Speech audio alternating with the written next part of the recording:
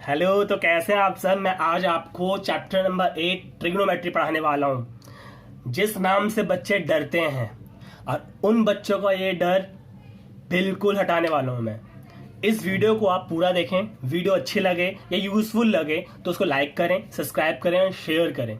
अगर आपका डर हट जाता है तो इस वीडियो को शेयर कर दें उन बच्चों तक जो बच्चे ट्रिग्नोमेट्री से डरते हैं। ओके ना। तो मैं ट्रिग्नोमेट्री का इंट्रोडक्शन देने वाला हूं। ट्रिग्नोमेट्री जो है वो 3 वर्ड से मिलकर बना है।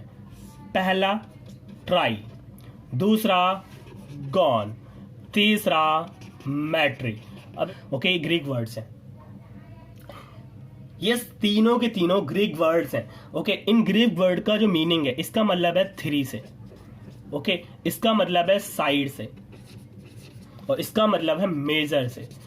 सिंपल, अगर मैं एक फिगर की बात करूं, इसमें 3 साइड्स होती हैं। एक फिगर की बात करूं तो जिसमें 3 साइड्स होती हैं वो एक ट्राइंगल होगा। और ट्राइंगल होता है क्या, जिसके अंदर 3 एंगल्स होते हैं, 3 साइड्स होते हैं। ओके, तो अगर मैं इसकी एक मेजर की बात करूं तो हम क्या क्या मेजर कर सकते हैं। इसके अंदर हम एंगल्स को मेजर कर सकते हैं, इसके अंदर मैं साइड्स को मेजर कर सकता हूं।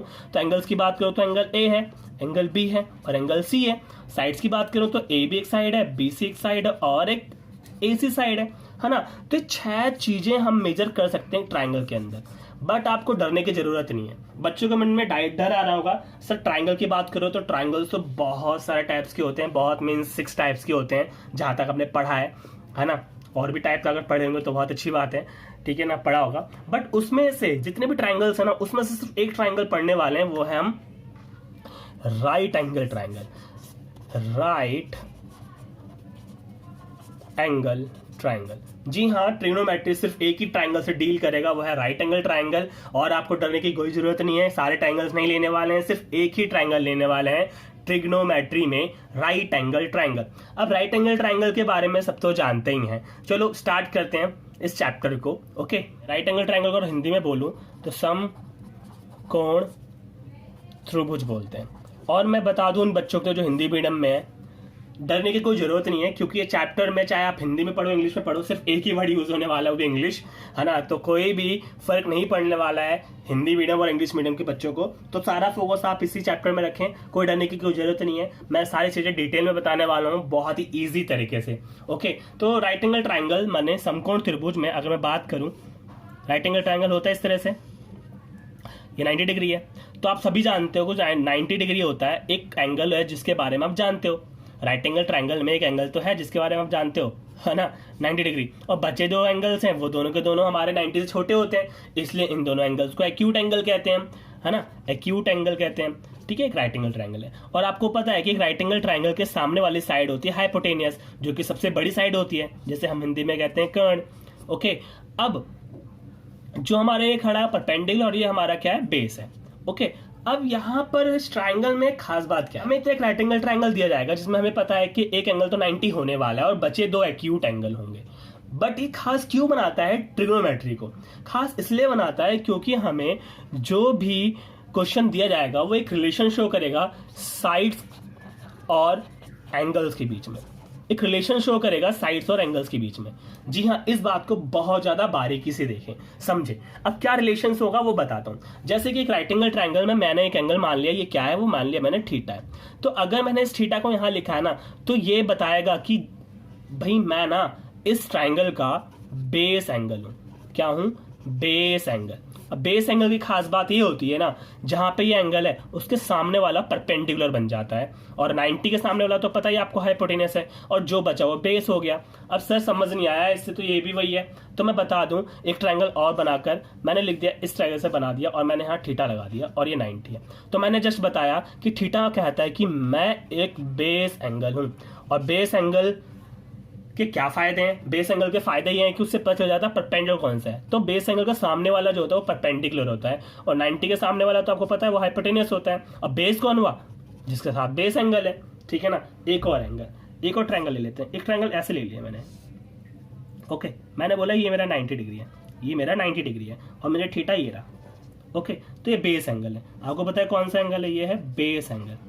Base angle. अब बेस एंगल के सामने वाला क्या होगा, परपेंडिकुलर होगा, और 90 के सामने वाला क्या होगा, हाइपोटेन्यूस होगा, और बचा कौन, ये होगा बेस एंगल। तो आपने देखा इनमें तीन चीजों की बात कर रहा हूं मैं, परपेंडिकुलर, बेस और हाइपोटेन्यूस, इन तीन चीज की बात कर रहा हूं। अब ये तीनों हैं हमारे क्या, साइड्स हैं, परपेंडिकुलर, बेस और हाइपोटेन्यूस। परपेंडिकुलर को हिंदी में कहते हैं हम लंब, बेस को कहते हैं आधार, और हाइपोटेन्यूस को कहते हैं कर्ण। ओके, तो आप राइट एंगल ट्राइंगल के रिलेशंस भी जानते हो कि इसमें एक थ्योरम लगती है, वो है पाइथागोरस थ्योरम। वो क्या है वो भी आपको पता है, थ्योरम होती है h का स्क्वायर p का स्क्वायर प्लस b का स्क्वायर, जो कि आपको मैं आगे बताऊंगा। अभी जो चीज समझाने वाला हूं वो चीज समझिए, ठीक है ना। तो इसमें हमें तीन लोगों के बारे में जानना पड़ा, परपेंडिकुलर, बेस और हाइपोटेन्यूस। अब परपेंडिकुलर, बेस और हाइपोटेन्यूस किस तरह से लेते हैं आपको बताया मैंने। अगर आपको थीटा गिवन है तो थीटा एक बेस एंगल बन जाएगा, और बेस एंगल के सामने वाला परपेंडिकुलर होगा, और 90 के सामने वाला हाइपोटेन्यूस होगा, जो बचा होगा बेस होगा। इस तरह से हम परपेंडिकुलर, बेस और हाइपोटेन्यूस को जज करेंगे इन ट्रिग्नोमेट्री चैप्टर में। ओके, ट्रिग्नोमेट्री चैप्टर में हम इन सारी चीजों का पता कैसे लगाएंगे मैंने बताया।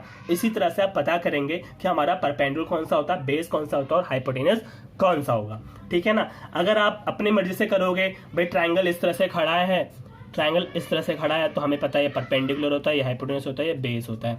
जी हाँ, ये होता तो है, बट अगर मैंने यहाँ पे थीटा लिख दिया ना तो ये बन जाएगा बेस एंगल, जिसके कारण ये होगा बेस, और इसके सामने वाला बन जाएगा परपेंडिकुलर। इस चीज को इस चैप्टर में बहुत ही बारीक से ध्यान रखो, मेरी बातों को समझो, मैं क्या कहना चाहता हूं। आपका पूरा डर हटाने वाला हूं मैं इस चैप्टर से, इस लेक्चर से। ये जो लेक्चर है ना बहुत इंपॉर्टेंट होने वाला है, तो ध्यान दीजिए आप पूरी तरह से। इन सबको देखकर मैंने तीन चीज जानी कि परपेंडिकुलर, बेस और हाइपोटेन्यूस क्या है, ये साइड है। अब इनका रिलेशन भी होगा। तो एक टॉपिक है हमारा ट्रिग्नोमेट्री में, सबसे पहला जो टॉपिक है जो हम पढ़ने वाले हैं वो पढ़ने वाले हैं ट्रिग्नोमेट्रिक रेशियो। भाई सबसे पहले जो टॉपिक है और सबसे पहले जो एक्सरसाइज है 8.1, उसमें ये ट्रिग्नोमेट्री रेशियो यूज होने वाला है। अभी ट्रिग्नोमेट्री रेशियो आया कहाँ से, ये है क्या, वो बताने वाला हूँ। जैसे कि मैंने बोला था कि मेरे पास एक राइट एंगल ट्राइंगल है, बोर कर रहा हूँ मैं आपको बार बार राइट एंगल ट्राइंगल बोल बोल के। ये थीटा है मेरा, है ना, ये आपका हाइपोटेन्यूस है, थीटा के सामने परपेंडिकुलर, और ये बेस है। तो आपने देखा कि इसमें तीन कंपोनेंट्स हैं हमारे पास, परपेंडिकुलर, हाइपोटेन्यूस और बेस। इन तीन कंपोनेंट्स से आपको बता दूं, जब भी हमारे पास तीन कंपोनेंट्स होते हैं ना, तो उनके जो रेशियो होते हैं वो हमारे 6 रेशियो बनते हैं। किस तरह से, देखो पहली बार अगर मैं रेशियो बनाना चाहूँ तो मैं लिखूंगा P/B। ओके, P/B नहीं समझ में आ रहा होगा, चलो मैं आप समझा देता हूँ। मान लेता हूँ मैं एक टीम बनाता हूँ, टीम बना रहा हूँ जिसके अंदर एक कैप्टन होगा और एक प्लेयर होगा। नॉर्मल सी बात है, एक टीम में कैप्टन होगा, प्लेयर होगा।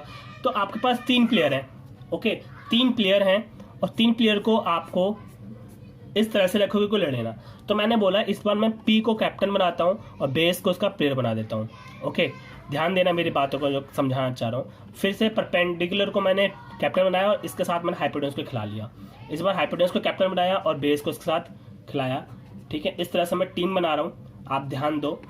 ये इस तरह से इसलिए कर रहा हूँ ताकि समझ में आ जाए। अब मैंने देखा टीम में मेरे पास क्या है, P/B है।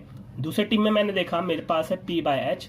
तीसरे टीम में मैंने देखा H/B, और चौथे टीम में मैंने देखा H/P। फिर देखा मैंने B/P। फिर देखा मैंने बेस/H। तो आपने देखा कि यहाँ पर 6 रेशियो आए।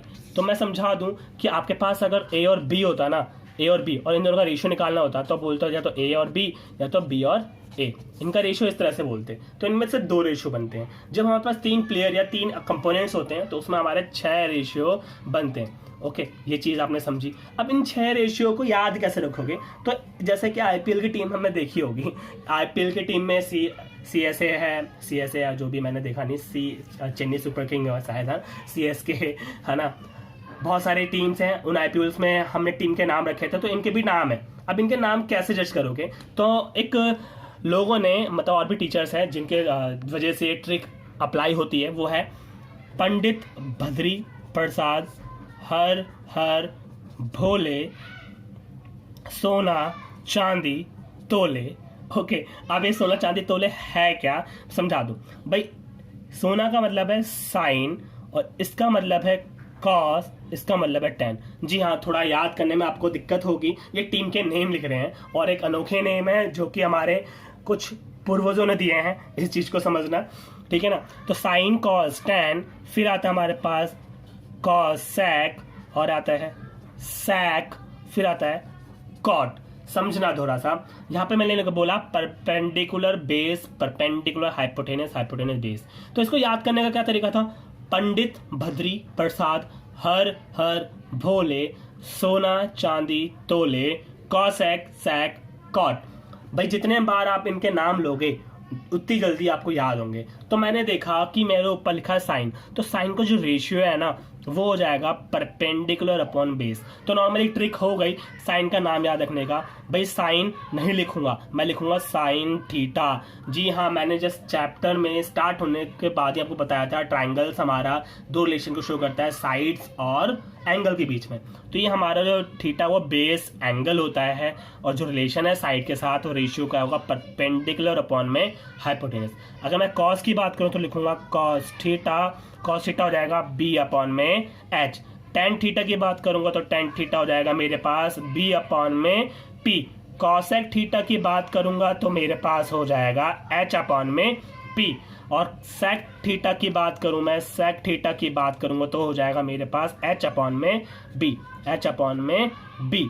ओके, अब मैं कॉट थीटा की बात करूं, यहाँ पे लिखना कॉट थीटा की बात करूं तो हो जाएगा बी अपॉन में पी। तो आप सबने एक चीज देखा कि 6 रेशियो के मैंने नाम और रेशियो भी लिख दिए। तो sine theta P upon H, cos theta B upon H, tan theta P upon B, cosec theta H upon P, sec theta H upon B, cot theta P upon B. तो याद कैसे करेंगे भाई, normal सी बात है, सबको लिख दिया मैंने। आप अगर याद रखोगे सिर्फ इससे याद रखो, पंडित भद्री प्रसाद हर हर भोले, सोना चांदी तौले, कॉसेक सैक कॉट। तो साइन का क्या होता है, परपेंडिकुलर अपॉन हाइपोटेनस होता है। कॉस का क्या होता है, बेस अपॉन हाइपोटेनस होता है। टेन का क्या होता है, पी अपॉन बी होता है। कॉसेक का क्या होता है, एच अपॉन पी होता है। सेक का क्या होता है, एच अपॉन बी होता है। कॉट का क्या होता है, बी अपॉन पी होता है। तो यहाँ से आप शॉर्टकट ट्रिक है ये याद करने की। तो आपने 6 चीजों को तो देख लिया, 6 चीजें कौन कौन सी हैं वो तो आपने देखी।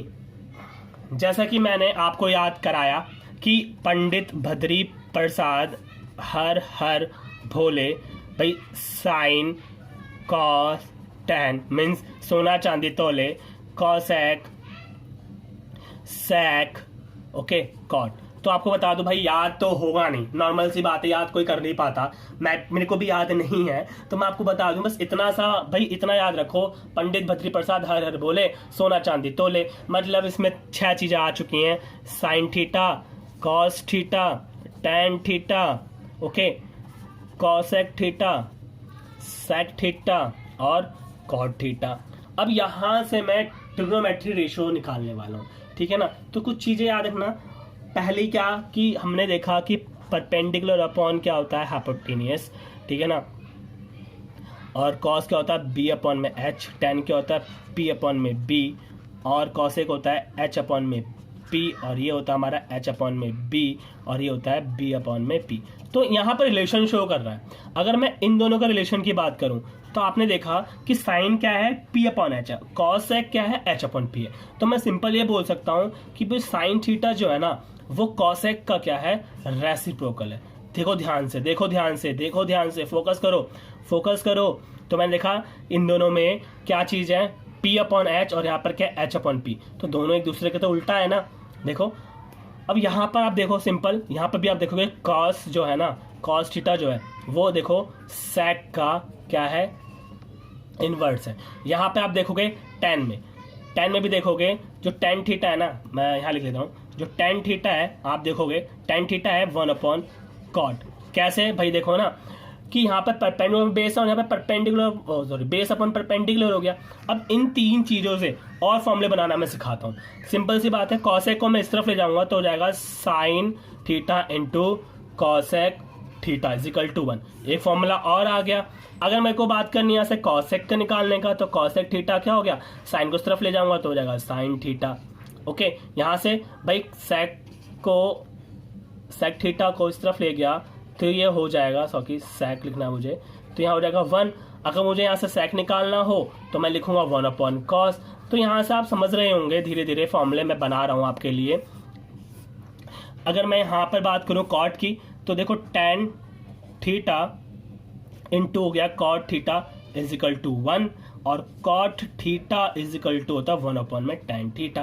तो यहाँ पर मैंने आपको 9 फॉर्मूले याद करा दिए हैं। ये हमारे ट्रिग्नोमेट्री रेशियो में बहुत यूज होने वाले हैं, और एक ब्रह्मास्त्र देने वाला हूँ मैं आपको, जो सिर्फ याद करना है। आपको याद करना है कि इंपॉर्टेंट है कि tan थीटा जो है ना वो होता है हमारा sin थीटा अपॉन में cos थीटा। अब बच्चे बोले ये कहाँ से आया सर, तो नॉर्मल बता देता हूँ। जैसे कि tan थीटा होता है हमारे पास परपेंडिकुलर अपॉन में बेस होता है। आप ऊपर नीचे ना हाइपोटेनियस से डिवाइड कर दो, ऊपर नीचे हाइपोटेनियस से डिवाइड कर दो तो हो जाएगा ये परपेंडिकुलर अपॉन हाइपोटेनियस, ये हो जाएगा बेस अपॉन हाइपोटेनियस।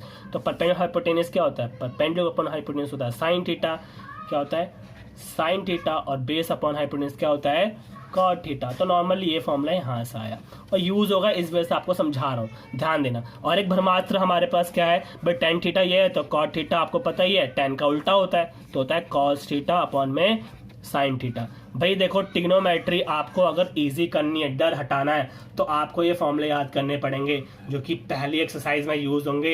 आप इसकी स्क्रीनशॉट ले लो या आप इसको लिख लो, भाई लिख लो, याद कर लो, क्योंकि सबसे पहला जो चैलेंज है आपके साथ वह है नाम याद करना। साइन, कॉस, टैन, कॉसेक, सेक, कॉट।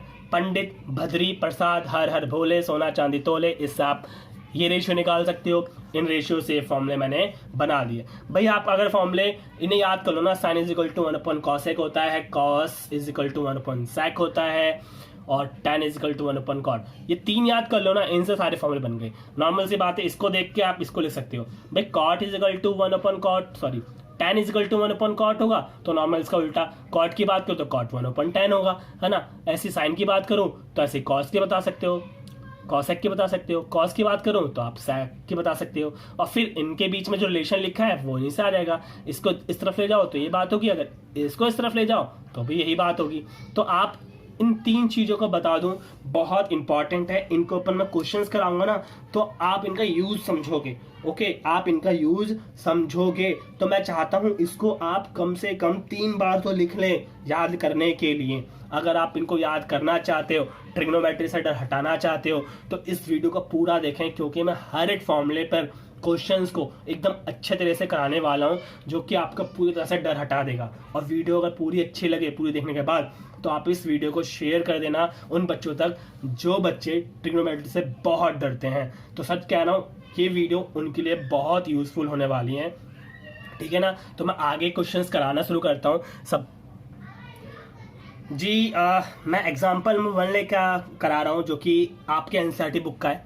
एनसीईआरटी बुक का एग्जाम्पल नंबर 1, इसमें लिखा है given tan theta, means tan theta वही a है ना, तो एंगल है। ओके, तो एंगल जो ना a, वो आपको पता है किसके बारे में शो कर रहा है, बेस एंगल के बारे में।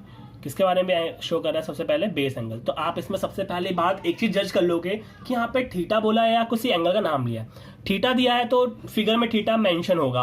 ओके, अगर थीटा नहीं दिया है तो आपको इस तरह से वो a लिख सकता है, b लिख सकता है, ओके, या c लिख सकता है। तो आपको उस तरह से पता चल जाएगा वो बेस एंगल होगा। तो मैंने बताया था बेस एंगल के सामने वाला होगा परपेंडिकुलर, और 90 के सामने वाला होगा हाइपोटेनियस, और जो लिखा हो क्या होगा, बेस होगा। ठीक है ना, बेस को मैं छोटे b से डिनोट कर देता हूँ। ओके, तो यहाँ पर क्या लिखा है, गिवन tan a मतलब tan theta 4/3, find the other trigonometric ratios of the angle. तो हमें पता था कि ट्रिग्नोमेट्रिक रेशियो कितने 6 है, जिसमें से एक तो आपको पता है, जिसमें से आपको पता है सॉल्यूशन में tan a पता है 4/3, बचे 6 और, है ना। तो हमें क्या फाइंड करना है, 6 कौन कौन से फाइंड करना है, 6 करना है, sin a करना है, cos a करना है, cosec a करना है, अब cot a करना है, और उसके बाद बचा sec a।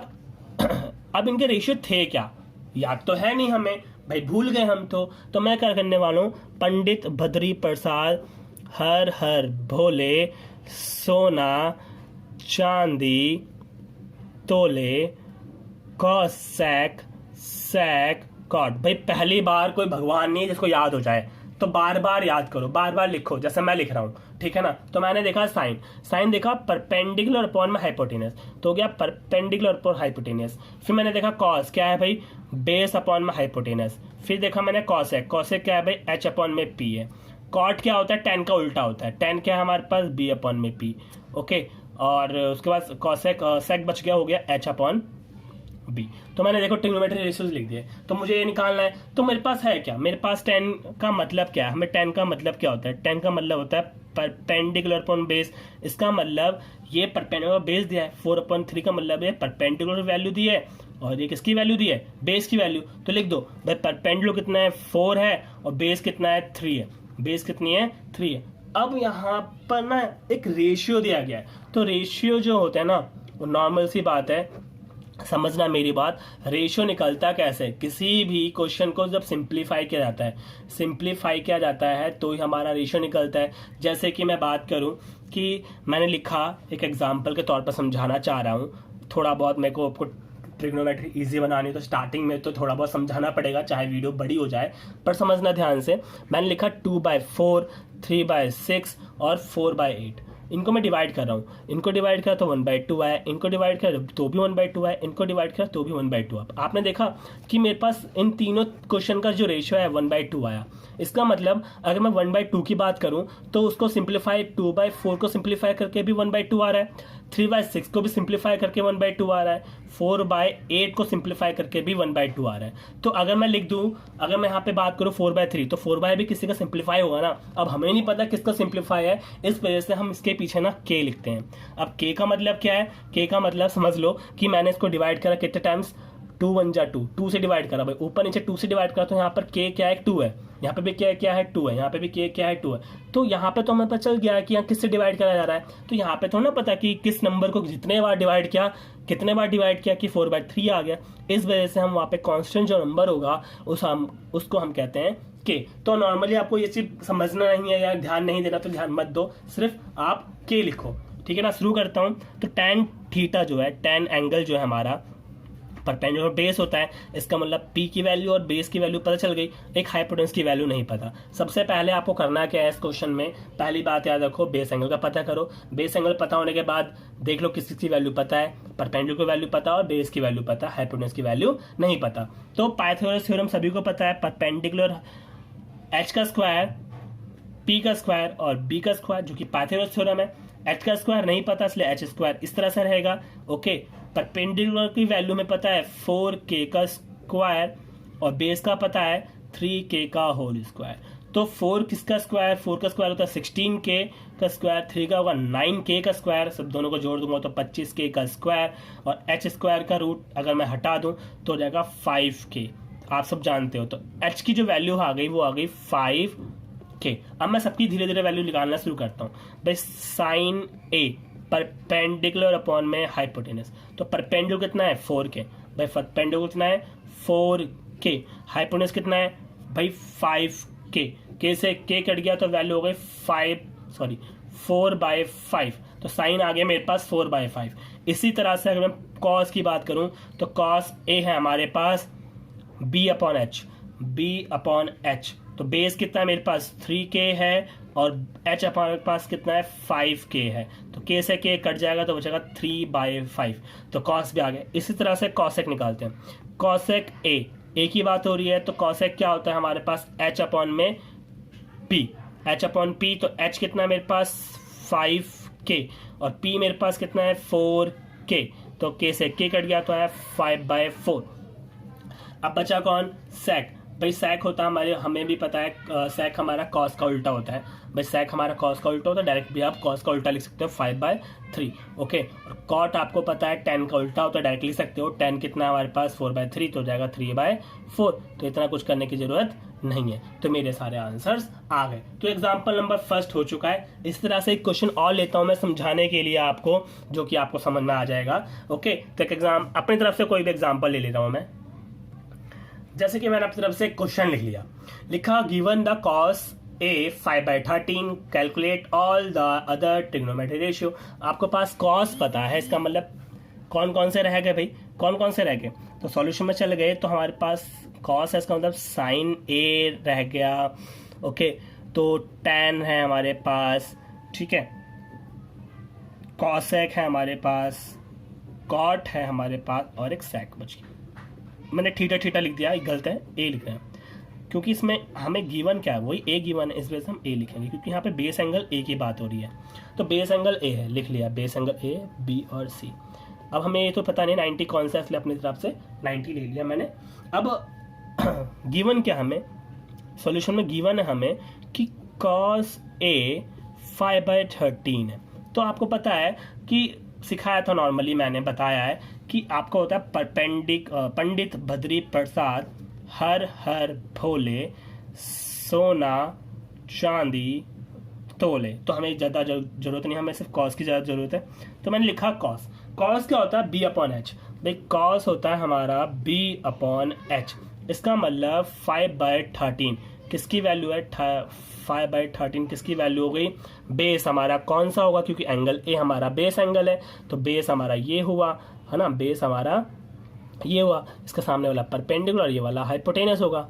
तो इतना तो समझा चुका हूँ मैं। तो बेस हमारा कितना है 5K लिखूंगा और हाइपोटेनस कितना है 13K लिखूंगा। इसका मतलब परपेंडिकुलर वैल्यू नहीं पता, तो परपेंडिकुलर निकालने के लिए पाइथागोरस यूज करेंगे हम हर बार, ठीक है। थर्ड वैल्यू निकालनी ही निकालनी, तीनों साइड्स की मेजरमेंट हमें पता होनी चाहिए। तो H हमें पता है 13K का स्क्वायर, परपेंडिकुलर नहीं पता, बेस पता है 5K का स्क्वायर, 13 का स्क्वायर तो 116, 9K का स्क्वायर, परपेंडिकुलर का स्क्वायर और 25K का स्क्वायर, 25 इस तरफ आएगा, 169K square minus 25K square is equal to P। Minus करूँगा तो 144K स्क्वायर आएगा, P स्क्वायर। अगर मैं P का होल स्क्वायरिंग कर दूं तो स्क्वायर अगर रूट बना दूं, स्क्वायर रूट होगा 12K is equal to P। तो परपेंडिकुलर आ गया हमारे पास 12K।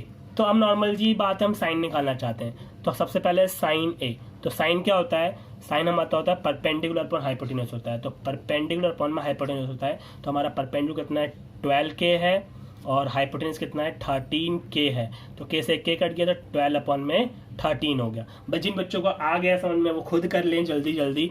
अब आता है tan A। तो tan क्या होता है, परपेंडिकुलर अपॉन में बेस होता है। तो परपेंडिकुलर कितना हमारे पास 12K और बेस कितना हमारे पास 5K, 5K से K कट गया 12/5। इसी तरह से अगर मैं बात करूं, भाई कॉस तो पता है, इसी तरह से यहाँ पे पता है कॉसेक लिखा हुआ, और कॉसेक किसका उल्टा होता है, साइन का उल्टा होता है। तो इधर लिख दो भाई कॉसेक जो है साइन का उल्टा होता है, H/P होता है, तो हमारा हो गया 13/12। tan का उल्टा कॉट होता है, कॉट की जो वैल्यू कॉट A और ठीक है ना, कॉट किसका उल्टा होगा, इसका उल्टा, तो लिखूंगा 5/12। बचा कौन, सेक, और सेक किसका उल्टा होता है, कॉस का उल्टा होता है, तो 13/5। तो ये क्वेश्चन भी हो गया हमारा खत्म। अब मैं और एक क्वेश्चन कराता हूँ, आपको एक्स्ट्रा क्वेश्चन कराता रहूंगा जिससे आपको समझ में आता रहेगा। अब आप ट्रिग्नोमेट्री में एक कदम आगे बढ़ने लग गए हो। ये पहला क्वेश्चन है जिससे आपको और ज़्यादा समझ में आएगा, और ये एक्स्ट्रा क्वेश्चन है बट इतना इंपॉर्टेंट क्वेश्चन है ना कि आपके जो कॉन्सेप्ट है वो क्लियर भी होंगे। ओके, तो देखो यहाँ पे लिखा इन अ ट्राइंगल ABC, एक ट्राइंगल ले लेते हैं ABC, okay, but right angle triangle लेंगे। ओके, एट AB ये है, ओके, मैं लिखा नहीं एट B जो है ना, यहाँ पे right angle at B। Okay, यहाँ ध्यान देना। तो इसका मतलब यहाँ पे जो 90 डिग्री है ना वो आपका B है, 90 डिग्री B है। ओके, और यहाँ पर मैंने लिखा A और यहाँ पे लिख दिया C। तो यहाँ पे देखो AB जो है ना वो है 15 सेंटीमीटर और BC जो है ना वो है 8 सेंटीमीटर। थर्ड साइड नहीं पता, तो सॉल्यूशन में जाने से पहले ही हम ना थर्ड साइड निकाल लेते हैं। तो थर्ड साइड निकालेंगे H² P का स्क्वायर और B का स्क्वायर। तो हाइपोटेन्यूज तो पता नहीं है, ये हाइपोटेन्यूज अभी हमें परपेंडिकुलर और बेस हमें इन क्वेश्चन के अकॉर्डिंग समझना और निकालना पड़ेगा। बस यहाँ से फर्स्ट कदम है आपका समझने के लिए, ठीक है ना।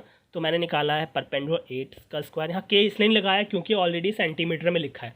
ध्यान देना K कब लगाना होता है, जब हमें यूनिट नहीं दी होती है, आपको ओनली रेशियो गिवन होता है। यहाँ पे साइड का मेजरमेंट सेंटीमीटर में दिया गया है।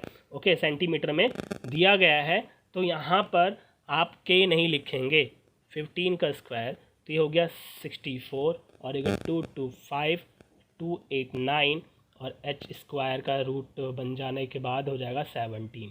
तो हाइपोटेनस आ गया हमारा 17। अब स्टार्ट करते हैं फर्स्ट पार्ट निकालना। लिखा साइन A, ओके, और कॉस A। तो यहाँ समझना साइन A और कॉस A। तो साइन A की बात कर रहा है, इसका मतलब यहाँ पे A हमारा बेस एंगल है, A के अकॉर्डिंग बेस एंगल। ओके, तो साइन थीटा होता है हमारा P/H। नहीं समझ में आया कैसा आया, तो याद रखो पंडित बद्री प्रसाद हर हर भोले साइन कॉस tan मतलब साइन मतलब सोना चांदी तोले, कॉसेक सेक कॉट। ओके, ध्यान देना मेरी बातों को कि यहाँ पे देखो साइन ए कॉस है, साइन सी और कॉस सी। यहाँ से आप बताया ना मैंने, एक स्टेप आगे बढ़ोगे, समझना, ध्यान देना मेरी बातों को और समझना, आगे बढ़ोगे। तो यहाँ पे लिखा है साइन ए, मतलब साइन का मतलब क्या होता है, परपेंडिकुलर हाइपोटेन्यूस होता है, और कॉस का मतलब होता है बेस अपॉन हाइपोटेन्यूस। बट यहाँ पे परपेंडिकुलर और बेस इस बेस एंगल, सॉरी परपेंडिकुलर और हाइपोटेन्यूस इस बेस एंगल के अकॉर्डिंग जज करेंगे हम। अगर हमारा बेस एंगल ए है तो हमारा परपेंडिकुलर कौन होगा, ये होगा। ओके, और बेस क्या होगा, ये होगा। हाइपोटेन्यूस तो फिक्स रहेगा हमेशा, हाइपोटेन्यूस हमेशा फिक्स रहेगा, याद रखना। परपेंडिकुलर हो गया 8/17। उनमें कुछ प्रॉब्लम आ गई थी, चलो अब स्टार्ट करते हैं। जैसे कि यहाँ पर cos A लिखा है, इसका मतलब यहाँ पर A है हमारा बेस एंगल। ओके, तो A बेस एंगल है, इसका मतलब बेस हमारा 15 हुआ, है ना, 15 हुआ, और हाइपोटेन्यूस तो फिक्स है 17 हुआ। तो यहाँ पर कोई दिक्कत नहीं हुई। अब दिक्कत तो अब शुरू होगी, अब बच्चा थोड़ा कन्फ्यूज होने लग जाएगा, क्योंकि क्वेश्चन थोड़ा सा घुमा देगा कि लिखा है साइन C, तो यहाँ पे C लिखा है, इसका मतलब अब ये बेस एंगल C को कह रहा है। भाई अब C के अकॉर्डिंग अगर बात करें, परपेंडिकुलर और हाइपोटेन्यूस, C के अकॉर्डिंग, भाई C ये रहा हो तो C के सामने वाला परपेंडिकुलर बन जाएगा ना, C के सामने वाला परपेंडिकुलर बन जाएगा, इस चीज को ध्यान देना।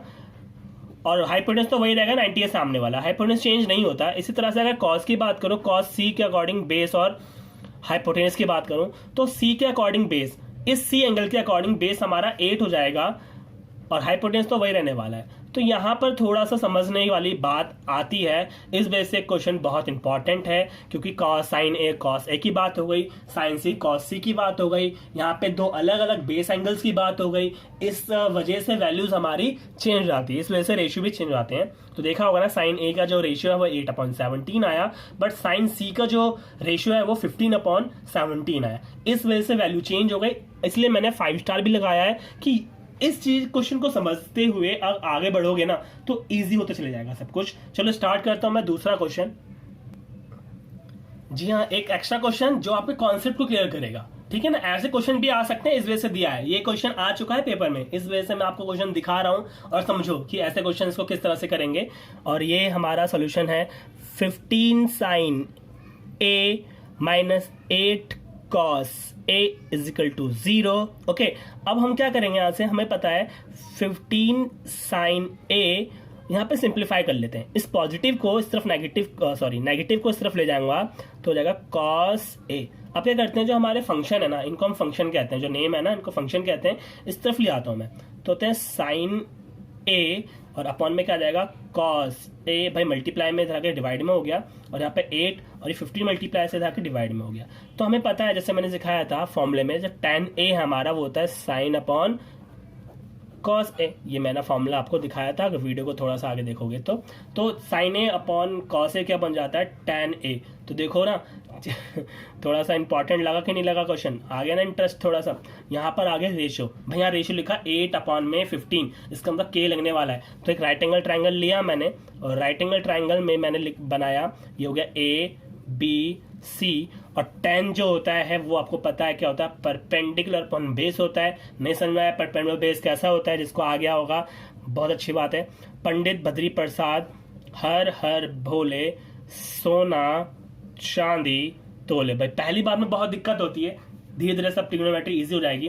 परपेंडिकुलर अपॉन में बेस, ओके, तो इसका मतलब होता है 8/15। परपेंडिकुलर कौन सा, भाई ए हमारा बेस एंगल है, क्या लिख रहा हूँ, परपेंडिकुलर बेस एंगल हमारा ए है, तो इसका मतलब परपेंडिकुलर हमारा ये हुआ और बेस हमारा ये हुआ। इसका मतलब हमें एच निकालने की जरूरत है।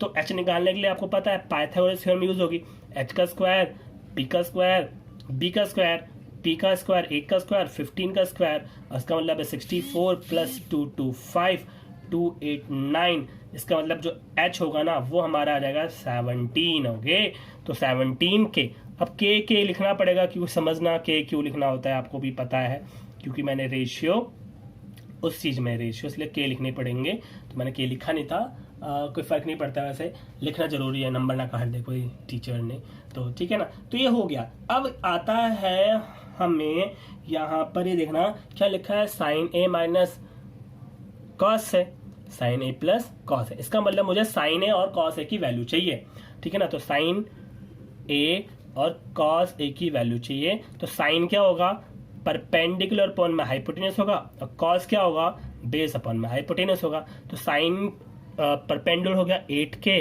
और हाइपोटेनस हो गया 17 के, तो वैल्यू कट गई तो आ गया 8 अपॉन में 17। इस तरह से बेस हो गया 15 के, हाइपोटेनस 17 के, इससे कट गया वैल्यू तो 15 अपॉन में 17। अब हमें फाइंड करना ये, तो हम सीधा सीधा क्या कर लूंगा, फाइंड करने के लिए इनकी वैल्यू आप पुट कर दो। भाई साइन ए की वैल्यू होती है 8 अपॉन में 17 है और कॉस ए की वैल्यू हमारे पास 5 अपॉन में 17 है। सेम इसी तरह से साइन ए की वैल्यू 8 अपॉन में 17 प्लस 15 है, हाँ 15 है, 15 अपॉन में 17। तो मैंने देखा इन दोनों को माइनस करूंगा, एलसीएम लेके 17 8 माइनस 15, यहाँ पे प्लस करूंगा 17 और 8 प्लस 15, तो माइनस कर दूंगा तो हो जाएगा -7 अपॉन 17 और यहाँ पर हो जाएगा 8 15 और 8 होते हैं 23 अपॉन में 17 और 17 कट जाएगा, जिससे मेरा आंसर आ जाएगा -7 अपॉन में 23। तो ये आ गया मेरा आंसर। तो इस तरह के क्वेश्चंस भी होते हैं भाई, समझना। ओके, तो एक्स्ट्रा क्वेश्चन एक कराया मैंने, जानबूझ के एक्स्ट्रा क्वेश्चन कराया ताकि एग्जाम में हो या कहीं पे भी हो या कहीं आए ना, कॉन्सेप्ट तो क्लियर हो जाए आपका, ठीक है ना। जैसा कि ये क्वेश्चन देख रहे हो और थोड़ा लेवल बढ़ाया मैंने क्वेश्चन को और समझाने के लिए। ये क्वेश्चन बुक का है, एग्जाम्पल नंबर 3। इसमें लिखा गया considered ACB right angle at C जो है 90 डिग्री पर है, इन विच AB 29 यूनिट है। ओके, यूनिट सेंटीमीटर हो सकता है, मीटर हो सकता है, जो भी होगा। BC 21 मीटर या यूनिट। ओके, ABC थीटा है, थीटा समझ रहे हो, बेस एंगल है जो कि आपको गिवन है, सिर्फ एक एंगल, कोई कंफ्यूजन नहीं होगी क्योंकि हर जगह थीटा थीटा थीटा है। तो यहाँ पर cos theta sine theta, cos theta sine theta, मतलब 2 ही वैल्यू चाहिए हमें, साइन की और कॉस की। तो इससे पहले हमें थर्ड साइड का तो मेजरमेंट निकालना चाहिए, तो निकालना पड़ेगा, तो मैं निकाल लेता हूँ सॉल्यूशन यहाँ पर ही। तो क्या होगा, h का स्क्वायर, p का स्क्वायर और b का स्क्वायर। तो h तो हमें पता है 29 का स्क्वायर है, परपेंडिकुलर नहीं पता है और बेस हमें पता है। 29 का होता है स्क्वायर 841, जो कि मैंने शॉर्टकट ट्रिक में आपको सिखाया, आप देखना उसमें ध्यान देना, और 441 हो जाता है, ठीक है ना। थोड़ा समझना, अरे अरे अरे अरे अरे अरे अरे अरे अरे अरे जो भी है, इसको इस तरफ लेके आ जाओ। 841 माइनस 441 इजिकल टू पी का स्क्वायर, ये हो जाएगा 400 और पी का स्क्वायर, तो ये हो गया हमारा 20, परपेंडिकुलर आ गया 20, परपेंडिकुलर आ गया हमारे भाई साहब 20। अब हमें 2 चीज़ों की जरूरत है, साइन और कॉस की, कॉस और साइन की जरूरत है सिर्फ, तो ठीक है ना। तो कॉस और साइन की जरूरत है तो हम निकाल लेते हैं। सॉल्यूशन यहाँ पर कर दिया है, वैसे मैंने इसलिए कर दिया ताकि मैं ऐसे ऐसे सॉल्यूशन कर दूँ, ठीक है ना। तो साइन क्या होता है हमारे पास, साइन थीटा जो होगा वो होता है परपेंडिकुलर अपॉन हाइपोटेनस, और कॉस थीटा जो होता है वो होता है हमारा बेस अपॉन हाइपोटेनस। सर आपको कैसे पता, तो मैंने बताया था ना, पंडित बद्री प्रसाद हर हर भोले, सोना चांदी तोले, मीन sine cos tan cosec sec और कॉट। जितने बार मैं करवा रहा हूँ उतने बार अगर आप भी बोलोगे ना तो आपको भी याद हो जाएगा, जैसे मुझे याद हो गया। तो साइन ये रहा, कॉस ये रहा। तो यहाँ पर परपेंडिकुलर कितना है, 20 है और हाइपोटेनस 29 है, तो साइन थीटा ये रहा। कॉस थीटा की बात करें तो बेस अपॉन हाइपोटेनस, बेस 21 और 29। चलो स्टार्ट करता हूँ फर्स्ट पार्ट। तो फर्स्ट पार्ट जो हमारा लिखा है cos square theta plus sine square theta. But एक बात बता दूंगा, चैप्टर पूरा कर लोगे ना तो ये 2 मिनट में निकाल लोगे, ठीक है ना। एक फॉर्मूला है ये कि sine square theta cos square theta 1 होता है, बट वहाँ पे हम पहुंचे नहीं है, इस वजह से यहाँ पे पूरी तरह से सॉल्व करने वाला हूँ। तो कॉस स्क्वायर थीटा मतलब 21 का और 29 इन दोनों का होल स्क्वायर, और साइन स्क्वायर थीटा का होता है 20 अपॉन में 29 का होल स्क्वायर। तो यहाँ समझ में आ रहा होगा, दोनों का होल स्क्वायर करने वाला हूँ। 21 का स्क्वायर होता है 441 और उसका होता है 400 अपॉन में 20। अगर ऐसे नहीं ऐसे कर दिया मैंने, आपको पता है दोनों का स्क्वायर सेम ही आएगा, इस वजह से होगा 841 और ऊपर ऐड कर दोगे तो आएगा 841 अपॉन में 841 इक्वल टू 1। समझना है यहाँ पर ऐसा क्यों हुआ है, यहाँ पे एक स्टेप मैंने गैप कर दिया, तो स्टेप को लिख दूँ मैं, तो होगा 441 अपॉन में 841 प्लस 400 अपॉन में 841। तो इन दोनों का एलसीएम जो ये आएगा और इन दोनों को प्लस करके जो आएगा वो ये आएगा, ठीक है। तो पहला पार्ट हो गया। दूसरा पार्ट जो है वो है cos square minus sine square theta. तो आपको पता है इसका जो है वो है 21 अपॉन में 29 का होल स्क्वायर, और उसका होगा 20 अपॉन में 29 का होल स्क्वायर। तो 21 का होता है 441 अपॉन में 29 का होता है 4841, 400 अपॉन में 841। एलसीएम लोगे तो वही 841 आएगा, और 41 में से 400 माइनस करोगे तो आ जाएगा 41 अपॉन में 841। तो हो गया ना, ये भी इजी था। तो आपको सिंपल याद क्या करना है, रेशियो याद करना है, पंडित बद्री प्रसाद हर बोले, उसके बाद आपकी कैलकुलेशन है जो आपका साथ देंगे। ओके, तो और आगे बढ़ते हैं। क्वेश्चन नंबर, मैंने एग्जांपल नंबर 3 करा दिया। इस तरह से हम बढ़ते रहेंगे बढ़ते रहेंगे बढ़ते रहेंगे, एग्जांपल्स और एक्स्ट्रा क्वेश्चन करते रहेंगे। ये बुक का एग्जांपल नंबर 4 है, ठीक है ना। जैसा कि जैसे जैसे करा रहा हूँ, मैंने एग्जांपल नंबर 2 छोड़ दिया लास्ट में कराने के लिए, इसी वीडियो में लास्ट में कराऊंगा। और एक्सरसाइज के क्वेश्चंस आप खुद कर लोगे, चाहोगे तो करना, नहीं आएगा तो मुझसे बोलना। बोलना क्या है, नेक्स्ट वैसे पार्ट में मैं 1.1 के सारे क्वेश्चंस करा दूंगा। ओके, तो डन। पहले हम ये बेसिक्स के लिए मैं वीडियो बना रहा था ताकि आपको पूरी तरह समझ में आ जाए। इसमें वो क्वेश्चंस लिए हैं मैंने जो 8.1 से रिलेटेड हैं सारे क्वेश्चंस। ओके, तो सारे एग्जांपल और कुछ एक्स्ट्रा क्वेश्चंस करा दिए हैं, जिस वजह से आपके एक्सरसाइज 8.1 हो जाएगी। वैसे दूसरे लेक्चर में दूसरा पार्ट बनाऊंगा मैं, 8.1 इसमें कराऊंगा। तो यहाँ पे लिखो, यहाँ पे देखो, यहाँ लिखा है 4th एग्जाम्पल में, इन अ राइट ट्राइंगल, एक राइट एंगल ट्राइंगल एबीसी है जिसमें राइट एंगल एट बी है, बी पर 90 डिग्री है भाई, बी पर 90 डिग्री है। ओके, और tan a आपको दिया गया है।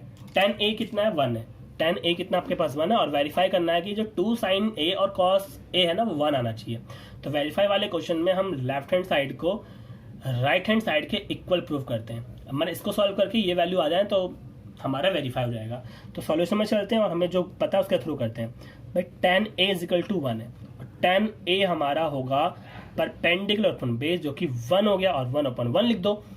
पंडित बद्री प्रसाद हर हर भोले, तो tan भाई साहब हमारे होते हैं परपेंडिकुलर अपॉन में बेस। अब 1 है तो 1/1 कर दिया, जिससे हमारा परपेंडिकुलर और जो बेस है ना वो 1 हो गया। अब मुझे पता है बेस एंगल मेरा a है ना, इस वजह से, और 1 मतलब 1k और 1k हो गया। अब ये क्या आएगा, तो वही h का स्क्वायर, p का स्क्वायर और b का स्क्वायर। तो h हमारा और ये दोनों हमारा 1/1 है, और इससे बहुत इजी हो गया कि 1 का k का स्क्वायर और 1k स्क्वायर जो है आपका 2k स्क्वायर हो जाता है, जिससे हमारा 2√k हो जाता है। तो h हमारा आ गया 2√k, √2k। ओके, √2 आ गया। अब स्टार्ट करता हूँ। अब हमें दो चीज़ों की जरूरत है, साइन और कॉस की जरूरत है। तो साइन जो होता है हमारा, साइन होता है परपेंडिकुलर अपॉन में हाइपोटेनस, साइन जो होगा परपेंडिकुलर हाइपोटेनस, और कॉस जो होगा हमारा बेस अपॉन में हाइपोटेनस, बेस अपॉन में हाइपोटेनस। तो ये हमारा क्या है 1, और हाइपोटेनस कितना है √2, क्योंकि के से के कट जाएगा, लिखा नहीं मैंने, डायरेक्टली कर दिया। वही बेस हमारा 1 और ये भी √2। तो सॉल्व कर लेते हैं। अब यहाँ पर लिखा है वेरीफाई करने के लिए, तो मैंने लिखा लेफ्ट हैंड साइड ले ली मैंने। लेफ्ट हैंड साइड है 2 sin a cos a, 2 sin a की वैल्यू 1/√2 मल्टीप्लाई 1/√2। भाई मल्टीप्लाई में आपको पता है √2 क्या बन जाता है, 2 बन जाता है, कट जाएगा 1, तो वेरीफाई हो गया। इसका मतलब लेफ्ट हैंड साइड और राइट हैंड साइड दोनों क्या है, इक्वल है। तो हमारा एग्जाम्पल नंबर 4 हो चुका है। इस तरह से हम एग्जाम्पल नंबर 5 करने वाले हैं। ध्यान दीजिए, पूरी तरह आ चुका है एग्जाम्पल नंबर 5 और आपकी फोन की स्क्रीन पर, ठीक है। In OPQ right angle at P, OP 7 centimetre, और यहाँ पर कुछ चीजें आपको डालने के लिए दे रखी है कि जो OQ है वो माइनस करेंगे तो PQ माइनस करूंगा तो 1 आ जाएगा।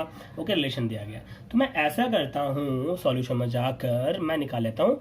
हमें पता OQ minus PQ is equal to 1, तो मैं OQ की वैल्यू निकाल लेता हूँ, तो 1 प्लस PQ हो जाएगा। तो यहाँ पर आगे वैल्यू इसकी वैल्यू आ गई 1 प्लस PQ। इसकी वैल्यू क्या रहने वाली है वो हम निकाल लेते हैं, इसकी वैल्यू निकाल लेते हैं। ओके, तो डन। निकालने के लिए स्टार्ट करते हैं। हमें किस किस वैल्यू चाहिए, साइन Q और कॉस Q की वैल्यू चाहिए, है ना। दो वैल्यू फाइंड करनी है। तो h का स्क्वायर, p का स्क्वायर और बेस का स्क्वायर। तो हमारे पास जो h है वो है 1 प्लस PQ का स्क्वायर, परपेंडिकुलर है हमारे पास PQ, परपेंडिकुलर PQ है, और बेस है हमारे पास 7 का स्क्वायर। ओके, क्योंकि आप सोच रहे हो कि सर यहाँ पर Q जो है वो हमारा बेस एंगल, तो बेस ये होना चाहिए। तो आप अभी मैं नॉर्मली क्वेश्चन में बस हाइपोटेनस निकालने की कोशिश कर रहा हूँ, उसके बाद जब क्वेश्चन करूँगा तो उसके अकॉर्डिंग मैं ले लूँगा बेस एंगल कौन सा, मुझे नहीं पता, अभी बस हम हाइपोटेनस परपेंडिकुलर निकाल रहा हूँ। तो a प्लस बी का स्क्वायर क्या होता है, a का square plus 2a b plus b का होल स्क्वायर, PQ का स्क्वायर प्लस 7 होता है 49 का स्क्वायर। तो ये दोनों क्या हो जाए, कट जाएंगे भाई साहब, बाय बाय हो गए। 2PQ माइनस 49 का 4, तो 1 माइनस इधर जाकर क्या हो जाएगा, -2 2PQ 48 PQ अपन में 2 वो आ गया कितना 24। तो PQ जो है हमारे आ गए 24, ये आ गया हमारे 24। PQ आ गया 24। तो इसी तरह से मैं OQ निकाल लूँगा 1 + 20 PQ, तो 1 + 24 = 25। तो ये भी हमारे आ गए। अब आते हैं हमारे पास साइन Q निकालना और कॉस Q निकालना। अगर मैं Q की बात करूँ तो मेरा बेस एंगल ये हो गया और इसके अकॉर्डिंग परपेंडिकुलर हाइपोटेनस, परपेंडिकुलर हमारा ये हो गया और हाइपोटेनस हमारा ये है। तो परपेंडिकुलर कितना है 7 और हाइपोटेनस कितना है 25। और फिर से अगर मैं कॉस Q की बात करूँ तो होता है बेस अपॉन में हाइपोटेनस, तो बेस Q के अकॉर्डिंग बेस 24 हुआ और हाइपोटेनस तो 25 है। तो ये भी हमारा क्लियर हो गया। तो थोड़ा क्लियर करने के लिए आपको वीडियो को ना बार बार पॉज करके देखो, उतारो, बार बार पॉज करके उतारो, समझो। भाई एग्जाम्पल नंबर 2 कराने वाला हूँ, लास्ट में इसलिए करा रहा हूँ क्योंकि ये क्वेश्चन बहुत इंपॉर्टेंट क्वेश्चन है। इतना इंपॉर्टेंट है कि पेपर में आएगा तो 3 और 4 मार्क्स से कम तो आएगा ही नहीं। और इसमें इतने बच्चे कंफ्यूज रहते हैं ना, तो इस क्वेश्चन के लिए आपको चैप्टर नंबर 6 की थोड़ी सी नॉलेज होनी जरूरी है। ओके, अगर नॉलेज नहीं है तो भी मैं समझा दूंगा, ठीक है ना। जब नॉलेज हो जाएगी तो आपको समझ में आ जाएगा। ओके, तो यहाँ पर एग्जाम्पल नंबर 2 कहता है कि आपके पास B और Q जो एंगल हैं दोनों के एक्यूट एंगल्स हैं। तो एक्यूट एंगल किस तरह से होता है आपको पता ही है। And angle such that sine B और sine Q then prove that B = Q। यहाँ पर जब भी ऐसा है ना, इसका मतलब, और मैंने 5 स्टार लगाया है, इसका मतलब 2 ट्राइंगल्स आपको याद रखना, 2 ट्राइंगल्स आपके पास। एक ट्राइंगल हुआ जिसमें बेस एक एक्यूट एंगल मेरे पास B है और दूसरा एक्यूट एंगल जिसके अंदर मेरा Q है। तो B मैं लिख दिया A B और C, P Q और AR, ये बेस एंगल हमारे पास आ गए। और यहाँ पे बोला कि दोनों के दोनों हमें प्रूफ करने इक्वल है, दोनों के दोनों प्रूफ करने इक्वल है। बट आपको एक चीज गिवन है, क्या गिवन है कि साइन B और साइन Q जो है ना इक्वल है। तो साइन B के अकॉर्डिंग बात करें तो परपेंडिकुलर अपॉन में हाइपोटेनस और परपेंडिकुलर अपॉन में हाइपोटेनस, तो आप देख रहे हो दोनों इक्वल है। ऐसा नहीं है, परपेंडिकुलर इस ट्रायंगल परपेंडिकुलर जो है वो AC है और बेस जो है वो हाइपोटेनस जो है ना वो BC है। और इस कंडीशन में हमारा Q के अकॉर्डिंग कंडीशन में हमारा जो परपेंडिकुलर है ना वो PR है और हाइपोटेनस है PQ। इस चीज को ध्यान देना, ये जो हमें गिवन है। अब यहाँ पर हम करने वाले हैं अल्टा पल्टी करने वाले हैं। अल्टा पल्टी मीन्स क्रॉस मल्टीप्लाई। तो क्रॉस मल्टीप्लाई इस तरह से कि ये वाली वैल्यू इस तरफ और ये वाली वैल्यू इस तरफ, तो लिखेंगे AC अपॉन में PR और BC अपॉन में PQ। भाई इसलिए, और इनके जो रेशियो है ना सॉल्व करके उसको मान लेंगे K। भाई ये इतना इंपॉर्टेंट क्वेश्चन है कि पहली बार में तो समझ ही नहीं आता कि सर करा क्या रहे हो आप ये। तो मैं करा क्या रहा हूँ वो ध्यान देना, पहली बार मैंने समझ में आएगा। अब मैंने ऐसा करा क्यों, मैंने क्या करा ना कि BC को इस तरफ ले गया और इसको इस तरफ ले आया, क्योंकि कराने का मकसद क्या वो समझ में आएगा। अब क्या करते हैं कि आपको पता है कि AC अपॉन में PR = K है। इसका मतलब ये हुआ कि जो AC की जो वैल्यू हो गई वो हो गई PR K। और इसी तरह से अगर मैं बात करूं BC अपॉन PQ है = K है, तो जो BC की वैल्यू हो जाएगी वो हो जाएगी PQ K, है ना। तो 2 वैल्यूज को मैंने निकाला है। अब समझ में आया, मैंने वैल्यूज निकालने के लिए करा है और मेरा काम है इन दोनों को इक्वल करने के लिए। तो यूज करना मुझे चैप्टर नंबर 6, और चैप्टर नंबर 6 में क्या क्या चीजें हैं वो आपने पढ़ रखी हैं, अभी समझ में आएगा। अब हमारे पास 2 चीजें हैं, 2 साइड्स हैं। ओके देखो, AC अपॉन में PR है, BC अपॉन में PQ है, मतलब ये वाली साइड नहीं है। अब ये साइड कैसे निकालेंगे, तो रेशियो निकालना है। तो हमें निकालने के लिए नॉर्मल पाइथागोरस का यूज़ करना पड़ेगा इस ट्रायंगल के लिए, इन ट्रायंगल ABC के लिए। तो पता है H का स्क्वायर होता है, P का स्क्वायर होता है और B का स्क्वायर होता है। तो H क्या है, BC का स्क्वायर, परपेंडिकुलर कितना है AC का स्क्वायर, और B बेस कौन है, AB का स्क्वायर। और मुझे चाहिए किसकी वैल्यू, AC है और BC है, इसका मतलब AB की वैल्यू चाहिए। तो AB की वैल्यू चाहिए मुझे, तो मैं क्या करूँगा, AB की वैल्यू चाहिए, शायद हाँ AB की वैल्यू चाहिए।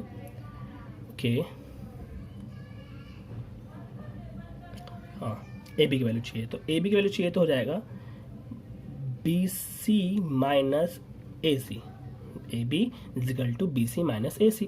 इसी तरह से सिमिलरली अगर मैं बात करूँ यहाँ पर, तो B यहाँ पर AB कौन था, बेस था, यहाँ पर बेस कौन हुआ QR, किस में से माइनस हो रहा है, हाइपोटेनस में से, P Q square minus P are.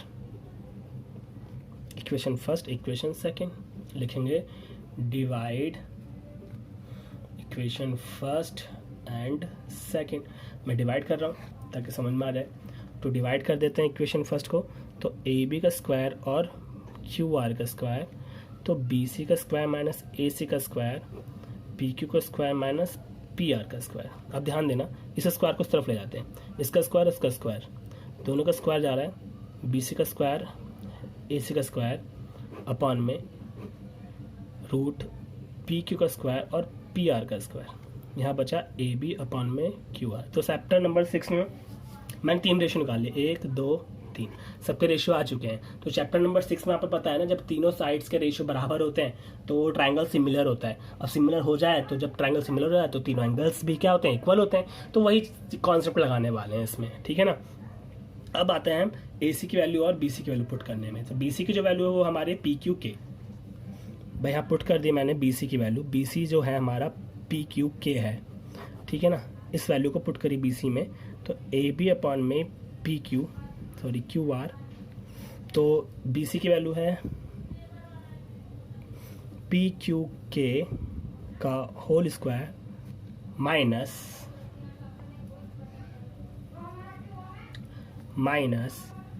और ए सी की वैल्यू है पी आर के का होल स्क्वायर। ध्यान देना, समझ नहीं आ रहा होगा ना, इसको काट देता हूँ मैं, फिर समझाता हूँ।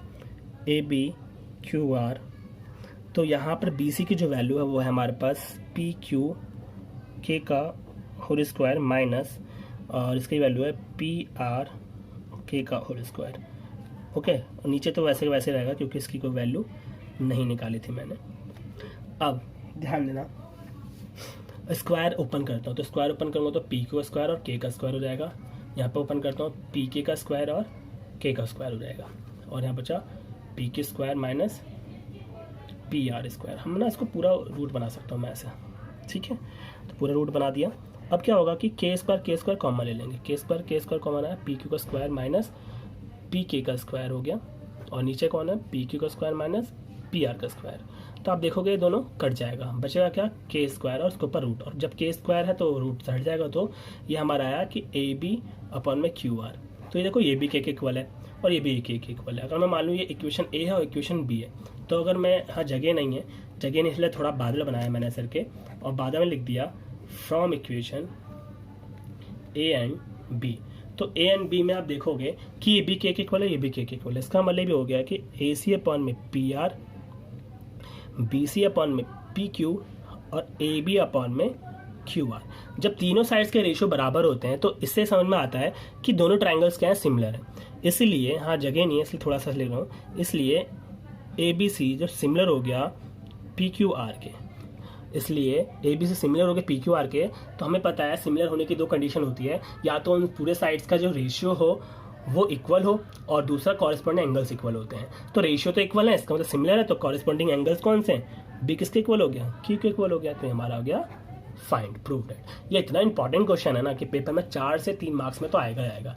तो मैं चाहूँगा कि आप इसको उतारें, और ये जो ट्रिग्नोमेट्रिक रेशियो है ना वो पूरी 8.1 कंप्लीट हो जाएगी, आप उनको करो।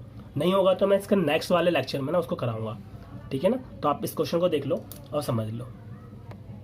अगर वीडियो अच्छे लगे तो लाइक, सब्सक्राइब और शेयर जरूर करना अगर यूजफुल लगे, अगर नहीं लगे तो मत करना भाई, ठीक है। पर वीडियो पूरी देख लेना, ठीक है ना।